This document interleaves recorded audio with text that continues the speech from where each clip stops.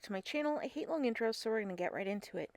Today is day 7 of Vlogmas, Craftmas, or Crochetmas. Whatever it is, I officially title this.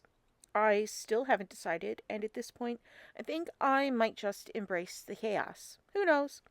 So, today's project is actually for my niece. I have a goofball niece that I love very, very much. She is so sweet, absolutely hilarious. She's so smart, and I just love her so, so much. I decided that this year I would make her a stocking. When I asked her what color she wanted, she said plain black was fine. I said absolutely not, unless that's really, really what you want. I told her that she can have pretty much any color, any theme, anything that she wanted. I have lots of yarn in all sorts of colors, so she can just pick whatever. I told her that I could do whatever theme that she wanted, a rainbow unicorn, steampunk. She said some sort of green. Like, okay, perfect. I have probably 10 different shades of green. I got this. I told her I could put whatever she wanted on it. I had done a spacey celestial theme with Cordelia's stocking, and she said jokingly, yeah, just put a leaf on it. And this kid says, yeah, just put a leaf on it, like it's totally normal. She just cracks me up so much. She is so funny and so silly, and I love her so much. So, a black stocking with a green cuff and a random leaf. That's what she asked for, so that's exactly what I did. I used the same pattern that I used before, which is a free pattern from Yarnspirations that I modified slightly. I will leave a link to that in the description if you'd like to check out their pattern. Or make one or 10 for yourself. Let me know if you do and what colors or theme that you went with, because I'd be super excited to see what you guys come up with. I really like this pattern a lot.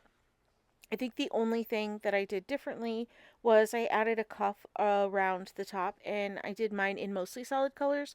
The pattern isn't too complicated, so if you're confident going off on your own and straying from a pattern, it really shouldn't be a problem. It's sort of one of those patterns that once you get the bones of it made up, it's a bit easier to go off on your own crochet path with. If you aren't as confident, what I did was added a few more rows of half double crochet at the top, and then I just folded it over. I think it meshes the classic stocking look with a more modern style of stocking, and I absolutely love smushing old and new techniques and vibes together to make something different with a sort of familiar feel. So for this stocking, though, with niece and her silly leaf request, I decided to make the little hang loop. Instead of being a plain loop, I made it a leaf. I just made this pattern up as I went. I didn't have like a real pattern or anything. I just kind of did my own thing, which is on brand for what I do. So I thought the little hang loop would be really cute and unique to her without being over the top or too flashy or just too much.